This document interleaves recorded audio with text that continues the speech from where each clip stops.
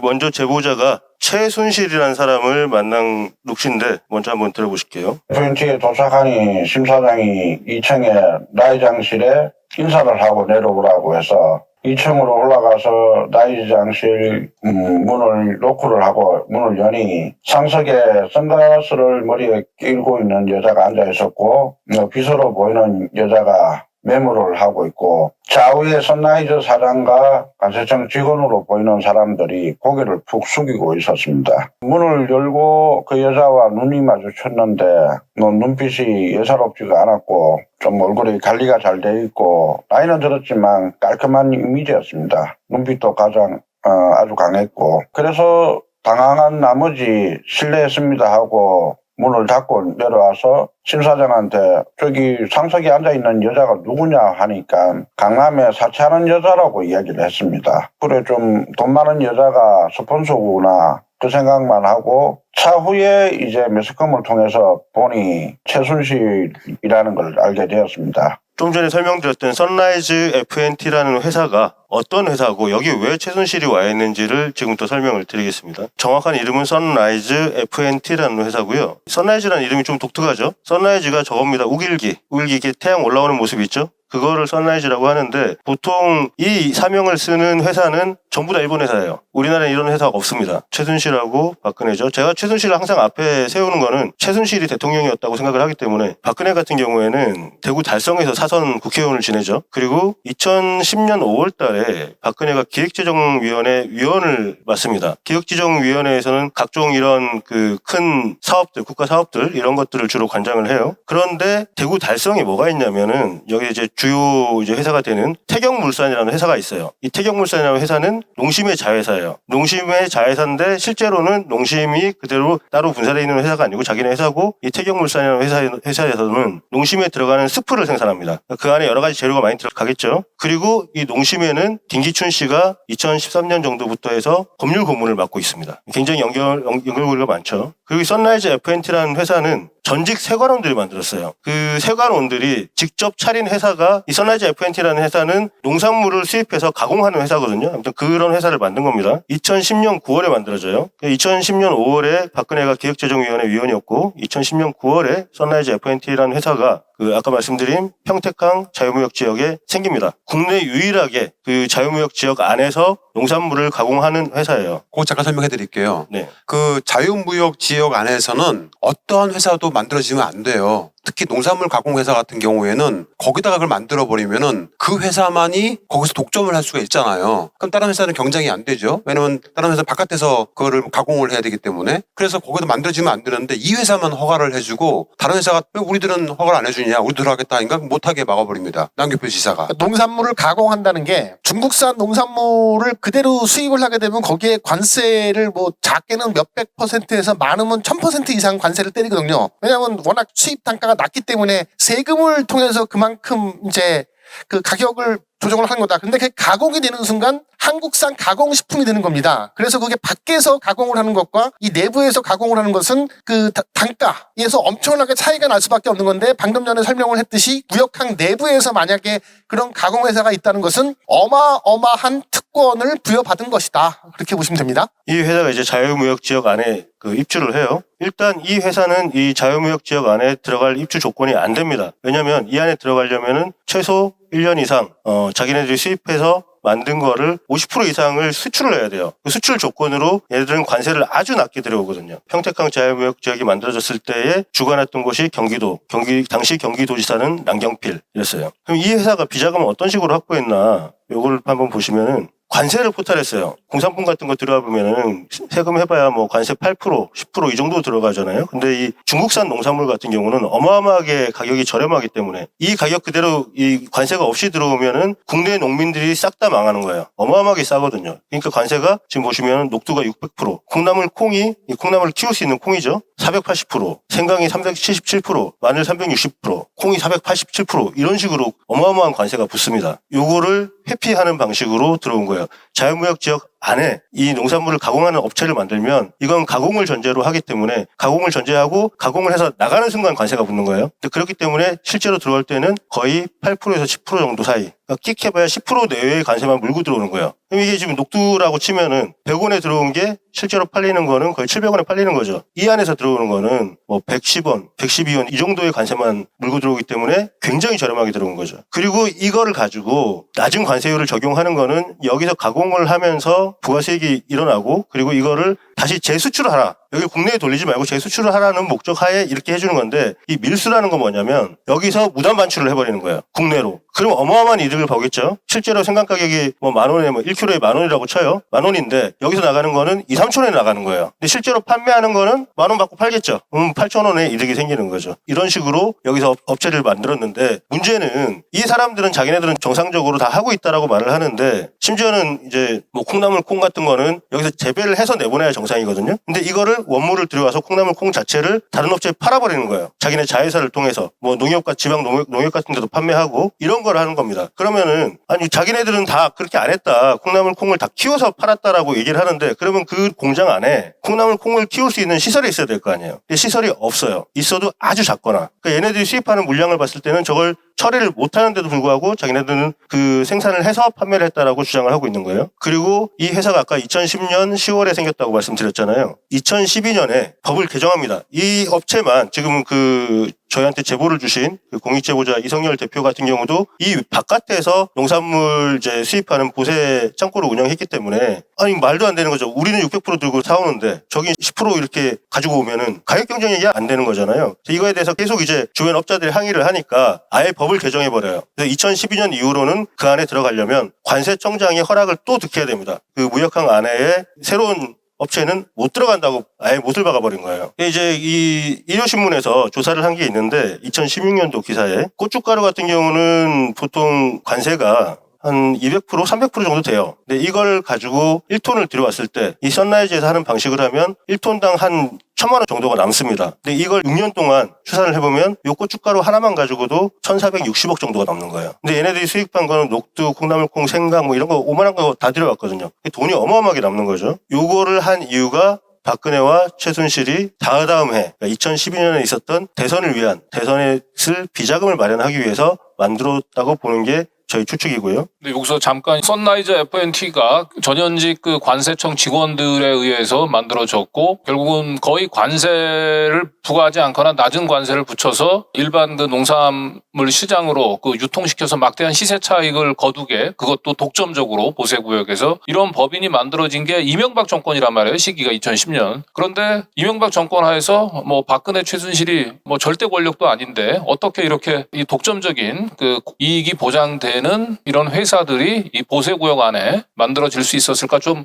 의문이 들긴 할 텐데 저희가 여러 군데서 취재를 해보면은 이미 2008년도 대통령 한나라당 대통령 경선에서 박근혜가 아깝게 떨어지긴 했지만 이명박 다음에 대통령은 박근혜라고 하는 부분들을 그 당시에는 그 누구도 이걸 의심하는 사람들이 없었어요. 그래서 이 선라이즈 FNT 외에도 저희가 개인적으로 취재한 건 이제 저 내곡동의 헌인마을이라고 있는데 그 사업도 사실은 이 박근혜 최순실 국정농단 세력들이 1조 원 넘는 이제 시세 차익을 노리고 엄청난 이제 특혜로 밀어붙였던 사업인데 이미 2010년대는 미래 권력으로서의 박근혜, 이명박 현재 권력보다도 박근혜에 미리 줄을 서려고 하는 움직임들이 있었고 충분히 박근혜는 미래 권력으로서 거의 대통령, 제왕에 가까운 권력을 누리고 있었다. 이제 그 점을 좀 염두에 두시면서 설명을 들으시면 좋을 것 같아요. 김기춘 나오죠. 그리고 태경농산. 저희가 짐작하기에는 여기서 가공된 선라이즈 FNT에서 수입을 해서 가공을 해서 그걸 밀수를 한 거죠. 자유무역 지역을 빠져나오면 관세를 물지 않고 빠져나오면 그게 밀수예요. 우리 중국에서 사오는 게 밀수가 아니라 태경농산이라는 회사가 스프를 만들고 하는 이 회사에다가 농산물이 들어갔다고 보는 거예요. 그러면은 이 태경농산은 농심의 회사고 지금 로고도 똑같죠. 농심 그리고 태경농산의 근거지는 대구 달성에서만 16년 가까이 국회의원을 지냈던 박근혜 그 박근혜의 실세인 비선 실세인 김기춘 이 사람들이 모두 엮여 있는 겁니다. 그때 당시에 이런 일이 어떻게 가능했냐. 그 당시에 관세청장이 천홍욱이라는 사람이에요. 천홍욱이라는 사람인데 이 지금 위에 대사 보이시죠? 이게 옛날 기사입니다. 민간인이 관세청장 되기 쉽지 않아. 청장님 열심히 하세요. 실망시켜드리지 않게 최선을 다하겠습니다. 그러니까 이건 최순실이 꽂은 사람인 거예요. 당시 관세청장을. 그럼 이 관세청장은 뭘 했냐. 얘네들이 이제 세금 포탈하고 관세도 안 내고 이런 식으로 갔는데 이거에 대한 어떻게 보면은 가장 중요한 역할을 해줘요. 뭘 하냐? 이 관세를 낼 때 우리가 일반적으로 내가 수입을 해보면은 수입해보신 분들 계실 수 있지만 수입을 해보면은 그게 세관에 도착하고 관세를 얼마 내라고 영수증이 날라옵니다. 그럼 그거에 대해서 내가 돈을 지불하면은 세금을 다 지불하면 물건이 나한테 오는 거예요. 근데 농산물 같은 경우는 우리가 보통 뭐 8% 10% 이 정도 되는 관세보다도 훨씬 높단 말이죠. 아까 봤듯이 뭐 300%는 예사고 600%, 800%, 1000%까지 가기 때문에 내가 수입을 해놓고 돈 없다고 배째면 그 농산물 어떻게 해요? 그러니까 1년 단위로 미리 관세를 냅니다. 그게 이제 현금 담보라고 해요. 관세청에다가 내가 1억이면 1억, 10억이면 10억, 내가 이만큼을 수입을 할 테니 요만큼을 내가 미리 관세로 담보를 잡아놓고 그거 수입을 한 다음에 내가 만약에 그거보다 적게 했으면은 세금 돌려다오. 아니면은 만약에 넘으면은 이게 추징금까지 물어야 돼요. 그래서 자기 양을 정확하게 정해놓고 해야 되는데 선라이즈 FNT만 이 현금 담보를 받지를 않은 거예요. 관세청에서. 이걸 회피할 수 있게 해준 거예요. 그리고 다른 업체들은 다 뭐 10억씩 현금을 묶어놓고 시작하는데 여기는 그게 없으니까 물량 조절도 자유롭고 이런 식으로 이 선라이즈 FNT의 특권을 보장해 준 겁니다. 그래서 이 자료들을 가지고 공익제보자인 이상열 대표가 진정을 시작하고 고발하고 신고하고 계속 이걸 반복을 합니다. 그랬더니 여기 지금 핸드폰에 나오는 잘생긴 이분이에요. 이걸 계속 신고를 했어요. 그랬더니 아까 말씀드린 대로 윤석열의 처금부라는 장진호라는 사람이 접근을 하는 거예요. 이 사람이 접근을 해서 그래, 네가 자료한 조사를 내가 조카 사이인 윤석열 검사한테 보내주겠다. 근데 윤석열한테 바로 보낼 수는 없으니 중간을 거쳐서 그러니까 최은순한테 가게 해라. 장모한테 가게 하면 우리가 이걸 해결해주겠다라고 접근을 한 거예요. 이게 이제 비리 제보가 2013년부터 2016년까지 계속됩니다. 국정농단 수사까지. 그래서 이때 이 상황 최은순한테 내가 어떤 자료를 어떻게 줬는가 하는 거를 지금 녹취를 하나 들어보실게요. 장진호라는 사람이 저희 거래처였는데 평소에 자기 처조카 사이가 검사라고 이야기를 합니다.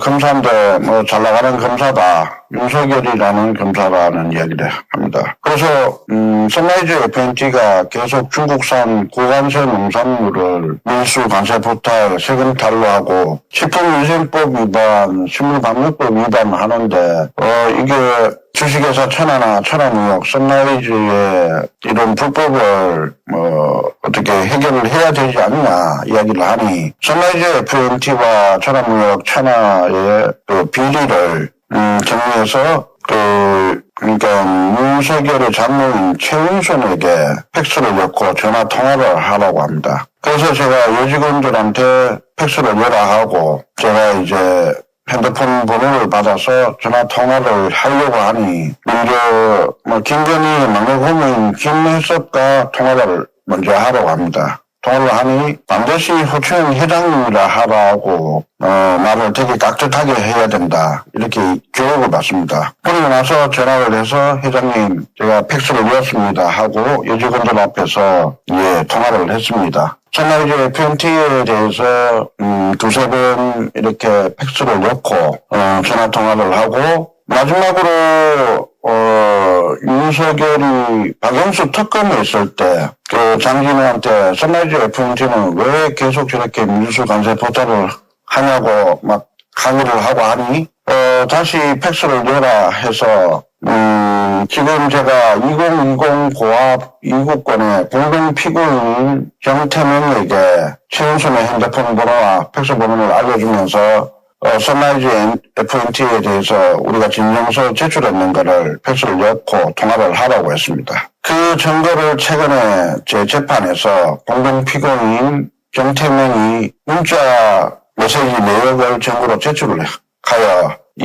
부분이 이제 법원에 이제 증거로 이제 확보가 되었습니다. 네, 뒤에가 살짝 잘렸는데 이 내용이 가장 핵심 내용이에요. 최은순한테 이 제보자가 정보를 제공했었다는 거. 근데 여태까지는 그 증거를 찾지를 못했어요. 피해자의 주장만 있었기 때문에 저희가 지금 이번에 윤석열 X파일에서도 최종적으로 빠졌는데 이번에 재판 과정에서 불과 얼마 전에 며칠 전에 그 증거가 나왔습니다. 이 정태명이라는 사람은 우리 제보자의 밑에서 일하던 사장 중에 한 명이에요. 이 사람이 자기 폰에 있던 제보를 내버린 거예요. 그럼 이 사람이 여태까지 왜 이걸 들고 있었냐? 이 정태명이라는 사람은 저쪽 선라이즈 쪽에 붙어가지고 이 우리 제보자를 배신한 사람이에요. 저희 제보자는 이걸 몇 년 동안 계속 이 제보를 이거 바로 대라, 저 잘못한 거 바로 잡아라라고 제보를 했는데 무슨 일이 일어났냐? 오히려 이 제보자의 저희 아버님 그리고 동생이 징역을 삽니다. 이 제보자는 몇 년 동안 계속 전국을 도망다녀요. 그러다 이제 저희를 만나게 됐고 그때부터 지금 열린민주당에 계시는 황희석 변호사님하고 같이 이제 재판을 시작을 해서 이번 주 금요일 날 이제 최종 선고가 나옵니다. 거의 이길 것으로 보고 있고 그러니까 이제 이 사람들도 이 정태명이라는 사람도 자기가 위험한 상황이 되니까 자기가 갖고 있던 증거를 내버린 거예요. 최은순한테 그렇게 시켰던 게 맞다라고. 저희 제보자의 주장이 다 확인이 된 거죠. 조금 이따 나와서 한번 인사 제가 같이 하도록 하겠습니다. 자, 감독님. 네. 제가 여기 있는 시민들을 대신해서 질문을 좀 드리겠습니다. 네네. 왜냐면 잘 이해를 못 하실 수도 있으니까. 네. 자, 첫 번째 1번. 이 선라이즈 FNT라는 회사는 지금 최순실이 실소유주라고 의심을 받는 회사였잖아요. 그렇죠. 근데 갑자기 지금 최은순이 등장한 것을 어떤 맥락으로 저희가 이해를 해야 됩니까? 지금 저희 제보자가 공익신고자가 계속 이걸 신고를 넣고 진정을 넣었어요. 네. 그러다 이제 그 주변에 같이 일하던 이 장진호라는 사람은 네. 그쪽 바닥에서 일을 하던 사람이에요. 일을 하던 사람인데 마침 자기 이제 처조카 사이가 네. 검사니까 우리 검사한테 맡겨보겠다라고 접근을 해온 거죠. 네. 네. 자, 그러면 이렇게 이해를 해도 되겠습니까? 자, 원래는 최순실이 어떤 비자금을 저수지용으로 만들었던 이 회사를 윤석열 검사 혹은 최은순이 그것을 슈킹하기 위한 어떤 그런 과정으로 의심을 할 수가 있는 겁니까? 그렇죠. 그건 일본 말이니까 네. 우리나라 말로 뺏은 거죠. 아, 뺏었다. 우리말로. 아, 죄송합니다. 제가 일본 말을 써서. 네. 네. 그러니까 그거를 카드를 하나 준 거죠. 네. 얘네들이 지금 최순실 쪽에서 무슨 일을 하고 있다 하는 카드를 하나 주어버린 거고 그 자료를 바탕으로 압박을 들어갔거나 수사를 들어갔거나 이런 식으로 아마 접근을 했을 거라고 봅니다. 하지만 지금 현재 선라이즈 FNT가 처음에는 최순실 거였는데 지금은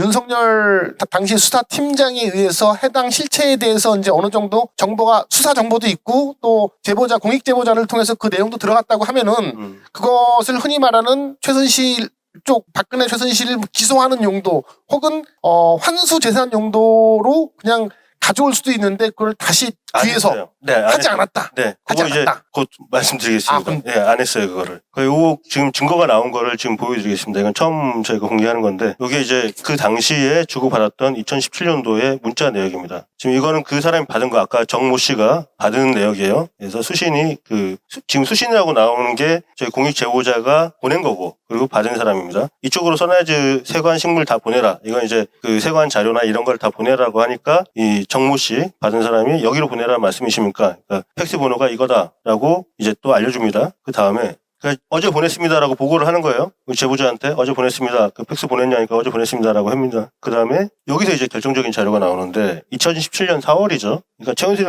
누군지도 모를 때예요. 선라이즈 자료 팩스 못 받았다고 하는데 안 보냈어? 하니까 최은순 회장님한테 그거 확인해봐라. 받았는지 안 받았는지. 그리고 휴대전화 번호가 나옵니다. 저희 제보자가 보낸 거예요. 최은순 번호를. 이 번호는 지금도 똑같습니다. 제가 갖고 있는 번호랑 똑같아요. 그러니까 이제 이것만 가지고도 이게 최은순한테 갔던 자료구나. 팩스 번호도 그대로 나와요. 지금 저희가 가렸지만 이 자료가 나왔기 때문에 저희 제보자의 주장이 그동안에 그 모든 주장들이 아구가 딱 맞아 떨어지는 겁니다. 자, 그러니까 저도 시민의 입장에서 조금 정리를 해보자면 선라이즈 FNT는 이제 최순실 국정농단 세력이 이제 대선 자금을 마련하기 위해서 만든 회사인데 네. 이 선라이즈 FNT와 관련해서 유일하게 경쟁 상대였었던 이성열 네. 대표가 이 선라이즈 FNT의 불법적인 밀수 네. 이제 이러한 비리들을 수집을 해서 계속 관계기관에다가 진정을 하고 하니까 그렇죠. 네. 굉장히 골치 아팠고 그 최순실 국정농단 세력 입장에서는 쟤네가 어느 정도나 비리를 파악하고 있고 쟤네들 동향이 어떻게 움직이는지 한번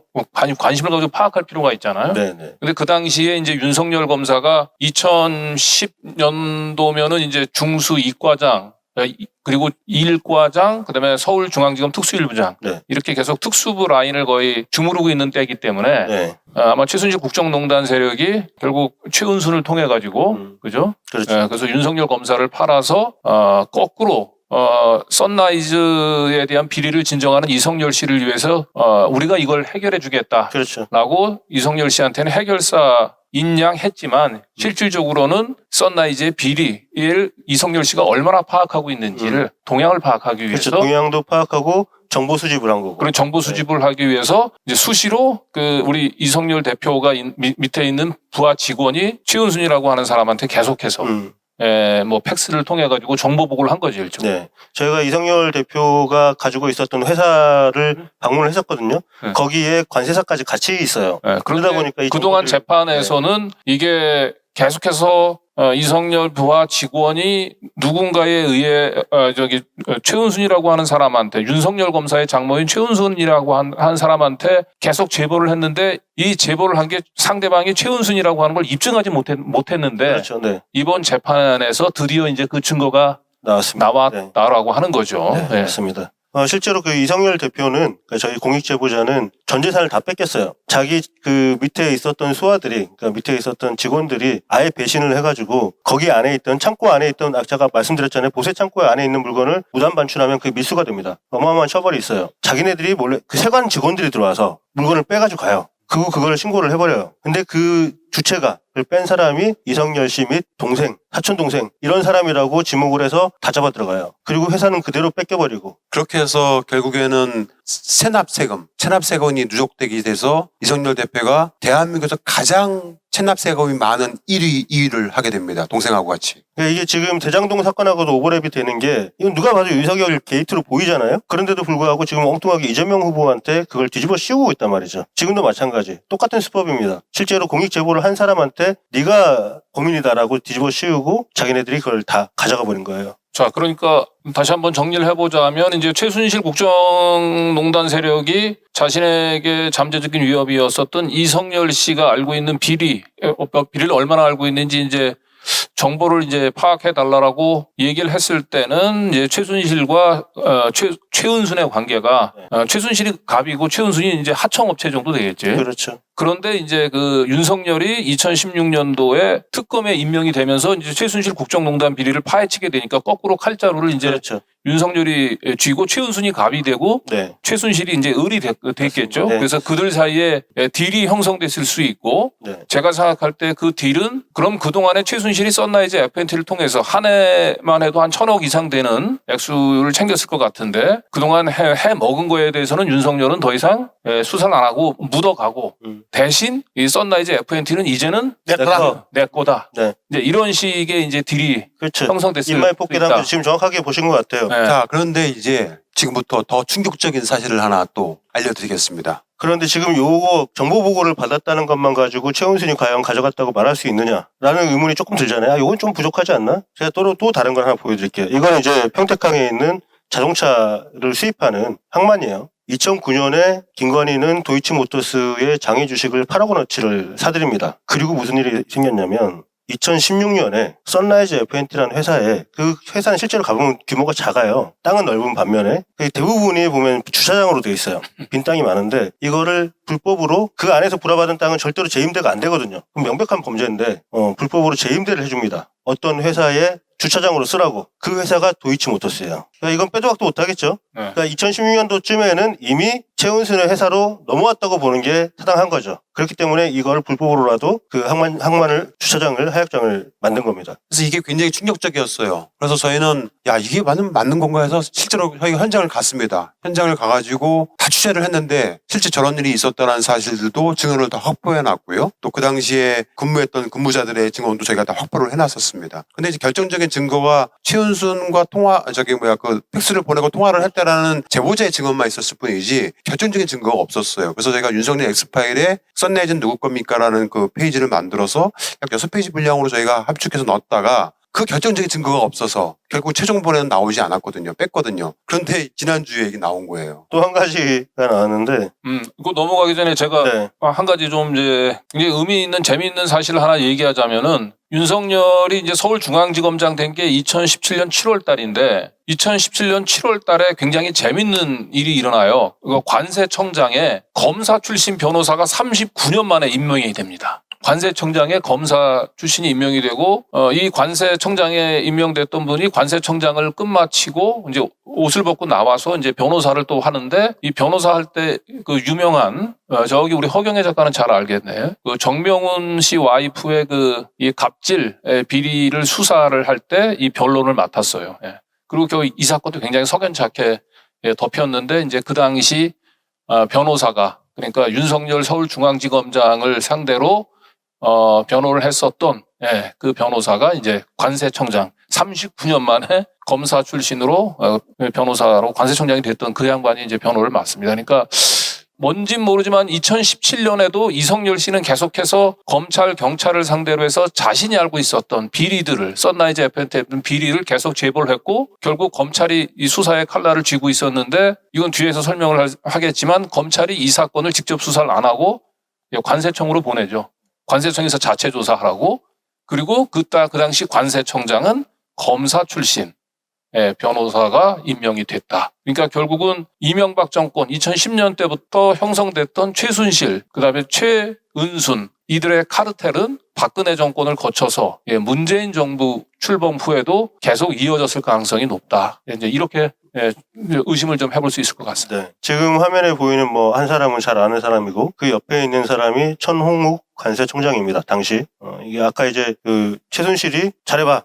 너 이게 되는 거 쉽지 않은데 내가 꽂아줬으니까 잘해봐라는 건 정말 일 잘하라는 소리는 아니죠. 이 사람인데 이 윤석열 검사가 어떻게 했냐면 아이고 잠깐만요 넘어갔네요. 이 천홍욱 관세청장이 여러분들 기억하실런가 모르겠지만은 롯데 면세점 사건 아십니까? 아마 하실 수 있을 것 같아요. 롯데 면세점 그 사건으로 인해서 옷을 벗게 돼요. 그리고 당시에 윤석열 당시 검사가 수사를 하겠다고 했었거든요. 근데 수사가 제대로 진행이 안 됩니다. 결국에는 천홍 관세청장은 명예퇴직을 합니다. 그리고 퇴직금도 다 챙겼고요. 한 그 관세청 법인 회사에 회장으로 또 영전이 돼서 지금까지 그 자리를 잘 지키고 있습니다. 네, 그 내용 이제 나옵니다. 이 국정농단 수사를 할 때 이 천홍욱 관세청장이 아까 말씀드렸던 그 뒤를 봐주는 그 역할을 했어요.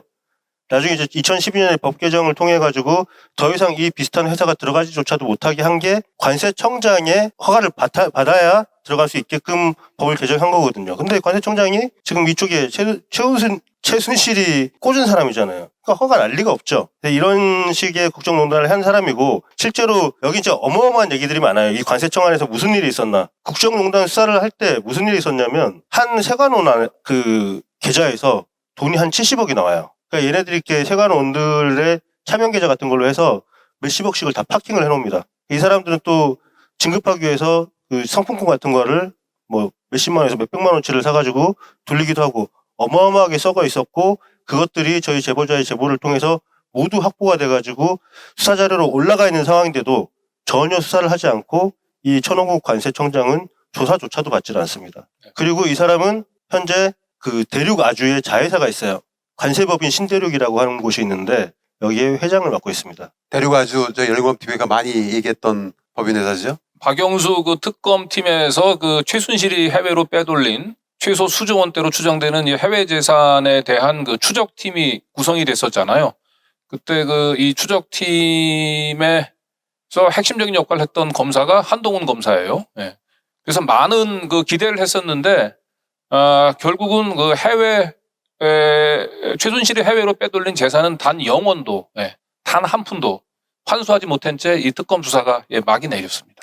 70억입니다. 무려 한 관세청 직원 말단 과장급이죠. 직원의 통장에서 70억이 들어있는 거를 발견을 했어요. 그래서 국정감사에서 그걸 또 따져 물었어요. 그 어떤 요인이었지? 내가 이름 까먹었는데. 네, 지금 그러니까 한 직원 안에서만 그렇게 나왔고 최종적으로 여기서 그 비자금으로 밝혀진 거 이것저것 긁어가지고 밝혀진 게 수백억대가 됐었는데. 박영선 의원이 따져 물었구나 그때. 네, 박영선 의원이 따져 물었는데 네. 그 70억이나 자기 통장에 들어있는 거를 갖다가 수사를 해야 될 사람이 윤석열 당시 검사였는데 수사 안 합니다.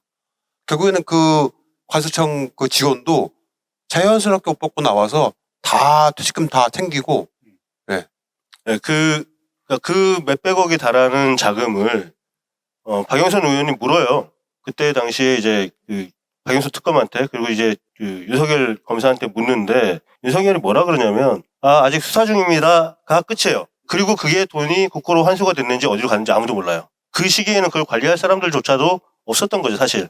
박영수 특검이 거의 그 메인을 다 잡고 있었다고 봐야 되는 거예요. 사실은 검사들이 어떤 사안에 대해서 수사 중인 사안이라 답변할 수 없습니다라는 것은 일종의 마법의 변명이거든요. 어떠한 상황에서도 뭐 국정감사건 무슨 뭐 어떤 상황에서도 그냥 수사 중인 사안이라 확실한 증거가 나왔지만 수사 중인 사안이라 답변할 수 없습니다.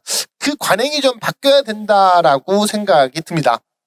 수사 중인 사안을 이제 얘기는 할 수는 없지만 이제 얘기를 하지 않음으로써 이제 거기서 수사를 할지 말지에 대한 카드를 이제 줌으로써 그런 것들이 바로 권력이죠. 그래서 제가 누차 얘기를 하지만 검사와 언론이 그 공통점이 있습니다. 그것은 뭐냐면 어떤 행위를 함으로써 권력이 생기는 것이 아니고 어떤 행위를 하지 않음으로써 권력이 발생합니다.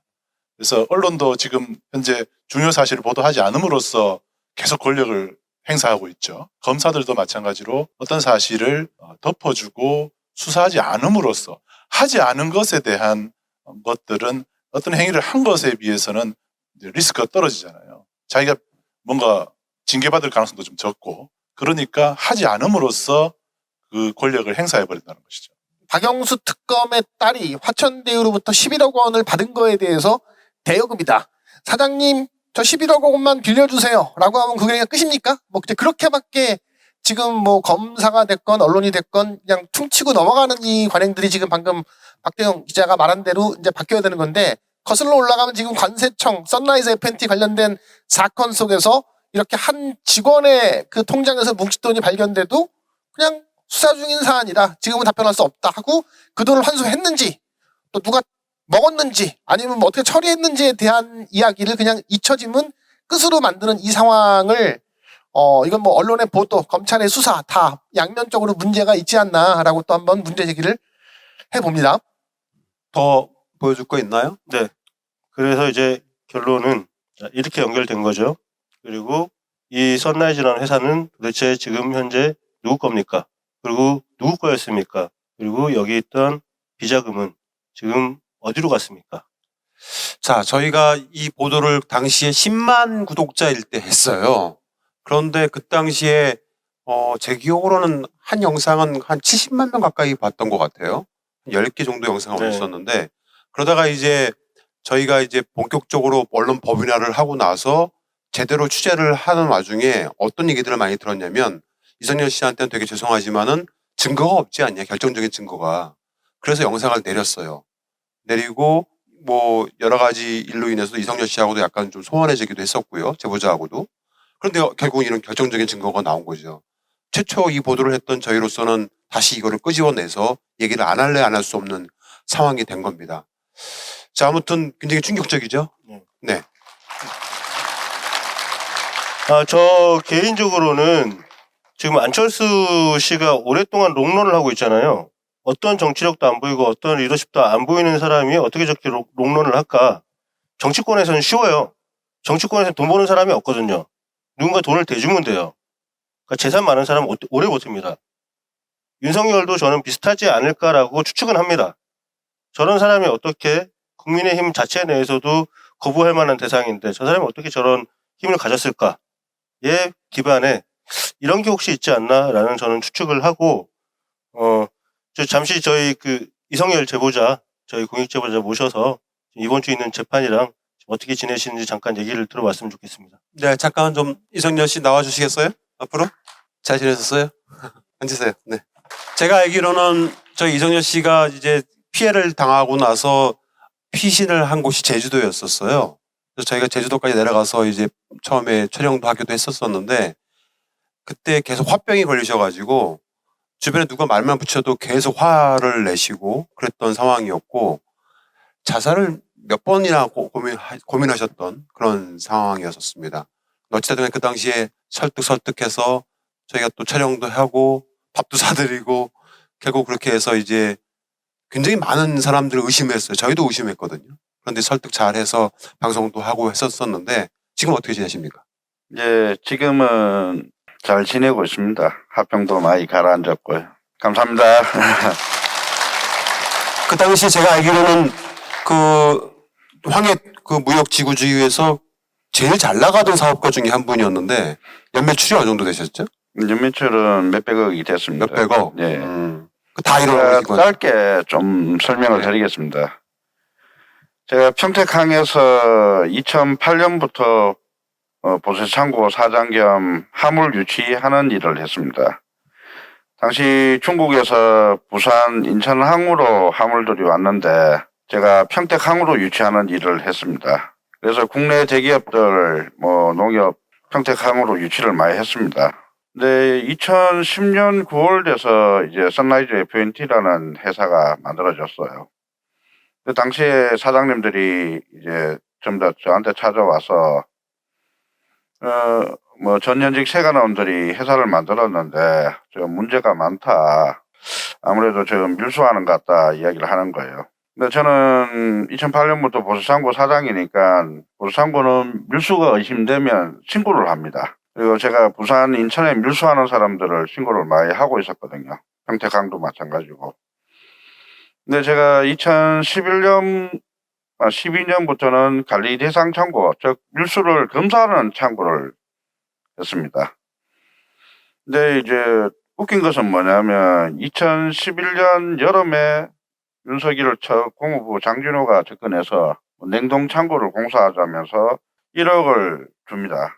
총 17억을 투자한다고 하고. 근데 1억을 받아가 바로 공사업체에 이제 송금을 하고 나니 공사업체가 도망을 가요. 어디서 많이 듣지 않았습니까?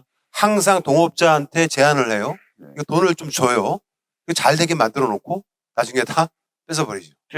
그래서 2달 정도 공사업자가 안 와가지고 제가 왜 공사를 안 하냐 막 그러니까 공사업자가 3천만 원, 4천만 원만 더 달라고 했는데 제가 힘들게 3천만 원 구해서 또 줬는데 또 공사를 안 하는 거예요. 그래서 죽기 살기로 막 왜 공사 안 하냐, 왜 이렇게 힘들게 만드냐, 직원들도 다 뽑아놨는데. 그러니까 그때서 이제 장진호가 그 창고 임대관리인 정의선하고 둘이서 찾아와서 공사를 해주지 말라 했는 거예요. 제가 돈을 못 구하면 쫓아내고 자기들이 창고를 차지할 것이다. 근데 이게 이제 저희 창고가 이제 보상권 안에 든 창고였어요. 그래서 제가 계약서를 쓸 때 처음부터 이제 시설 보상이나 영업 보상 이런 보상을 받는 거는 이제 저희 회사가 받는 걸로 계약을 했거든요. 근데 그거를 노렸는가 봐요. 그 증거가 이번에 또 나왔습니다. 제가 2011년 12월 1일 날 저희 회사가 다시 계약서를 작성을 했는데 그날 저 모르게 이제 김건희의 막내 고모 김혜섭 명의로 그 윤석열 처고무부 그 장진호가 이제 계약서를 작성을 했습니다. 그 법정에서 그 계약서를 작성했다고 건물관리인 정의선이가 진술을 했거든요. 그러니까 공사 사기도 당하게 만들고 그 공사도 못하게 하게 만들면서 결국은 저 모르게 자신들 앞으로 이제 계약서를 작성을 해놨더라고요. 그 후로부터 평택세관이나 경찰, 검찰, 식물금수소 식약청에서 온갖 불법을 하면서 제 회사를 고사를 시키려고 했어요. 근데 그 전에 선라이즈 FNT가 콩나물콩 녹두를 밀수를 해서 관세 포탈을 하고 큰 돈을 만들었어요. 그러면서 평택항에 다른 콩나물 공장 하는 사장님 2분을 이제 평택세관에서 작업을 해서 부도를 나게 만들더라고요. 그리고 이제 고춧가루를 밀수해가지고 전국에 이렇게 대기업하고 국산 돈값 식계가 뿌려대니까 냉동고추 수입하시던 분들이 다 부도가 나요. 근데 제가 그때 대기업하고 직접 거래를 하니까 신용장이 좀 크게 움직일 수가 있었어요. 사장님들이 다 찾아와가지고 신용장을 좀 빌려달라 해서 저희 회사 신용장을 많이 빌려줬어요.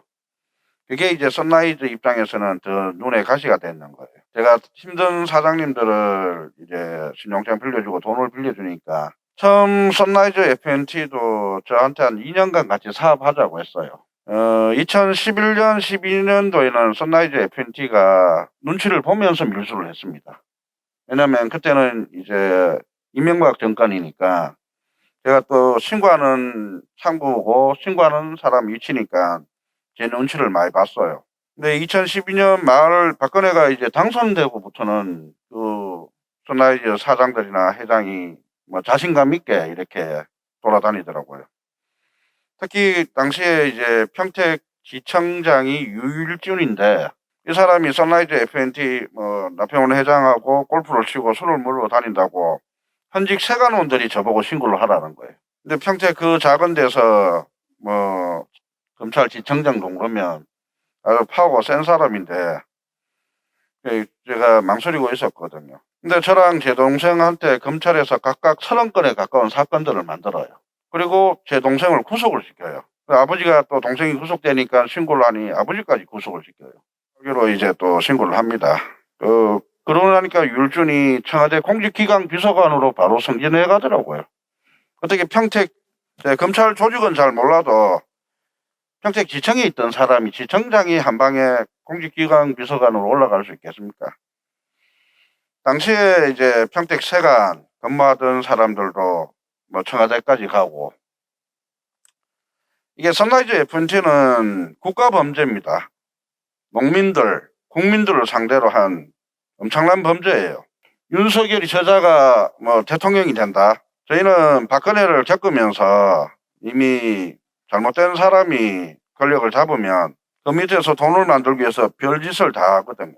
박근혜 정부 때 매간 매직, 돈 주고 자리를 사는 게 가장 심했습니다. 관세청에서는 뭐 7급에서 6급 올라가는데 6천만 원에서 7천만 원, 그리고 뭐 6급에서 5급 올라가는데 뭐 1억 4천만 원. 공식적으로 뭐 이야기가 되더라고요. 처음에 농심도 그렇고 선라이즈도 그렇고 저보고 사업을 같이 하자고 이야기를 했어요. 한 2년 가까이. 근데 저도 뭐 좀 솔깃도 했어요. 근데 자세한 얘기는 네. 나중에 방송으로 또 하도록 하고요. 자, 아무튼 중요한 거는 현재 증거가 나왔어요. 그럼 이번 주인가요? 예, 이번 주 금요일 날 이제 10시 반에 농심에서 저를 뭐 횡령했다고 고소했는 사건에 오고, 그리고 또 2시에 또 뭐 생강 밀수를 했다고 하는, 아까 최민 감독님께서 말씀하셨던 그 신대륙 관세법인에 그게 2017년 평택 세관장이 거기 입사를 해가 있습니다. 그 양반도 이제 저를 또 뭐 생강 무단 반출권을 만든 사람인데, 저는 2017년도에 이 사건을 만들 줄을 미리 알고 있었습니다. 2016년 12월 5월 날 제가 평택시 관세청 그리고 식물금융소 시각청에 선라이즈 FNT는 최순실이 연관된 회사라고 신고를 합니다. 그러니 이제 대화 INC라는 업체가 접근을 해요. 근데 그 대화 INC 이제 사무를 보니 예전에 제가 선라이즈에서 봤던 최순실하고 비슷하더라고요, 이미지가. 그래서 제가 중국에서 대화 INC 그 전무랑 산무랑 술을 한잔 먹으면서 그 사모님이 예사품은 아닌 것 같은데 뭐 하시는 분이냐 하니까 최순실하고 미얀마에서, 그러니까 우리나라 세관 같은 역할, 엑스레이를 뭐 갖다 놓고 세관 역할을 하는 그런 사업을 추진을 했었다 하더라고요. 소름이 끼치는 거예요. 아무튼 그러면은 이번 주에 재판 결과는 어떠실 것 같아요? 예측이? 솔직히 잘 모르겠습니다.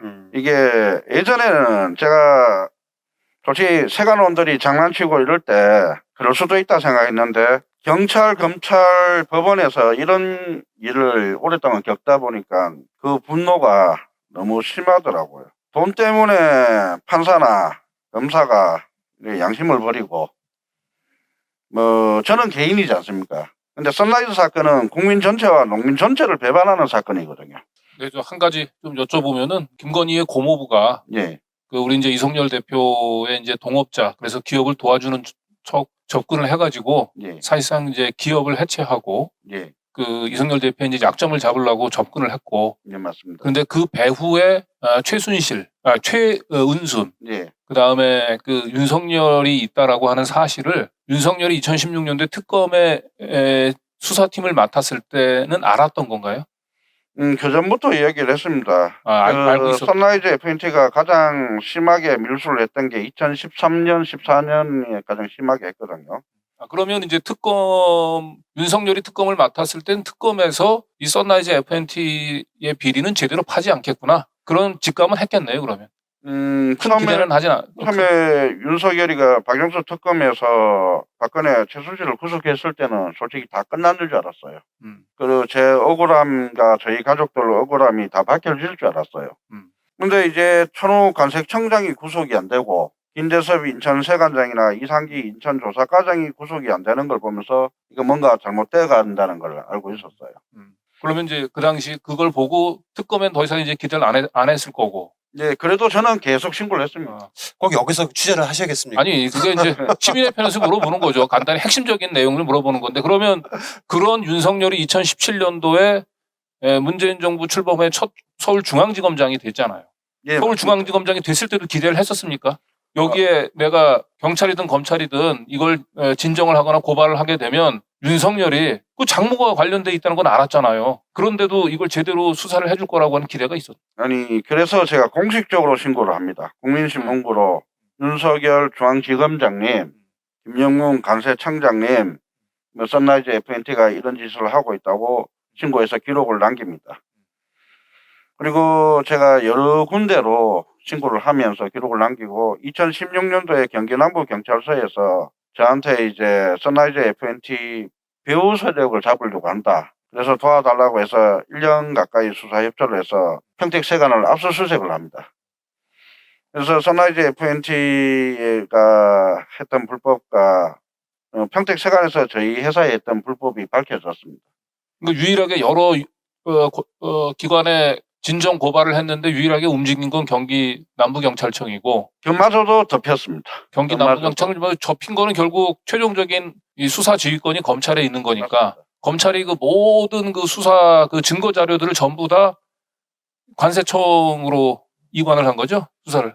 예, 평택 그러니까 고양이한테 뭐 생선을 맡긴 맞습니다. 거죠. 그거 박영선 장관님이 또 네. 청문회 할 때 그런 이야기를 하거든요. 고양이한테 생선을 맡겼다고. 네. 그리고 제가- 그 당시에 관세청장이 검사 출신 변호사 맞습니다. 였다고 하는 거 김용문 아시죠? 씨입니다. 그리고 그분이 그 뒤에 그 관세청장을 그만두고 서울중앙지검의 사건을 맡았을 때도 굉장히 윤석열 그 당시 서울중앙지검장 있을 때 영향력을 행사했거든요. 그러니까 제가 볼 때는 뭐 윤석열의 깐부가 많은데 그 검사 출신 변호사로 관세청장이 됐던 김영문 그 양반도 윤석열의 깐부였던 것 같아요. 결과적으로 보면. 맞습니다. 선라이즈 FNT 범죄가 이만큼 장기간 이루어질 수 있었던 거는 검사들의 범죄입니다. 네. 김기춘, 우병우, 유일준 2013년부터 16년까지는 그 검사들과 그 검사들을 따르는 무리고 16년 박용수 특검부터는 이제 윤석열이, 박찬호, 신봉수, 송사면 그를 따르는 또 검사들 무리고 네, 검사들의 범죄라고 생각하시면 됩니다. 그게 다 이제 청와대의 민정까지 다 들어갔을 텐데 청와대 민정은 너무 무력했던 거죠. 그러니까 이 검사들의 전횡에 대해서 견제 역할을 전혀 하지 못했던 거고. 그나마 이제 다행인 게 법무부에서 박상기 법무부 장관실에서 윤석열이 중앙지검장일 때 제2차장 검사인 박찬호한테 이 사건이 배정이 됐어요. 근데 고발인 조사, 저를 불러서 고발인 조사도 안 하고 2019년도에 박찬호가 제주지검장으로 와서 오히려 저를 기소를 합니다. 그 사건이 지금 이번 주 금요일 날 2시에 그 선고를 받는 사건입니다. 네, 아무튼 오늘 시간이 좀 다 되어서 이 정도 하고요. 아무튼 이번 주에 좀 결과가 그래도 좀 좋게 나오길 바랍니다. 네, 수고하셨습니다. 네. 끝으로 하신 말씀. 네. 제가 열린공감에 처음에 와서 제주에서 27,000원 들고 왔어요. 돈이 10원도 없었습니다. 자살을 3번이나 시도를 했었고요. 당시에도 열린공감에 식구분들이 되게 힘들었어요. 수익도 없었고. 근데 이제 서울에 있을 수 있도록 이렇게 해주시고 또 수많은 시민분들이 변호사비 모금 운동을 해주셔가지고 아마 제가 대한민국에서 최초로 모금이 됐을 겁니다. 그리고 서울에 있어야 되는데 경비가 없으니까 쟁고이라는 또 이렇게 회를 만들어서 저를 서울에 2년 동안 있을 수 있도록 이렇게 물심양면 도와주시는 분들이 있었거든요. 많이 힘들었습니다. 많이 힘들었는데 저희 항희석 변호사님께서 참 마음을 다스릴 수 있도록 참 많이 위로도 해주시고 뭐 가르쳐 주시고 그리고 열린공감 그리고 시사발전소 시사의 품격 진보 유튜브에서 이렇게 방송을 안 했으면 아마 저 같은 피해자들이 계속 생기고 어디 가서 하소연도 못하고 죽었을 겁니다. 기소까지 4년, 재판을 3년을 하면 7년 동안 이거 사람 사는 게 아닙니다. 그러니까 검찰에서 저만 해도 30건, 동생도 30건, 검찰만 그렇습니다. 간세청, 식약청, 식물검사, 경찰 그 조사까지 따지면 수도 없습니다. 어떻게 공익신고자를 이런 식으로 짓밟는 나라가 있겠습니까? 시민 여러분 오늘 제가 뒷자리에서 보면서 이 시간에 또 배도 고프실 건데 오신다는 거 보고 참 놀랐습니다. 시민 여러분들께 감사드리고 열린공감 직구분들께 다시 한번 감사드리겠습니다. 네, 감사합니다. 자리로 계십시오.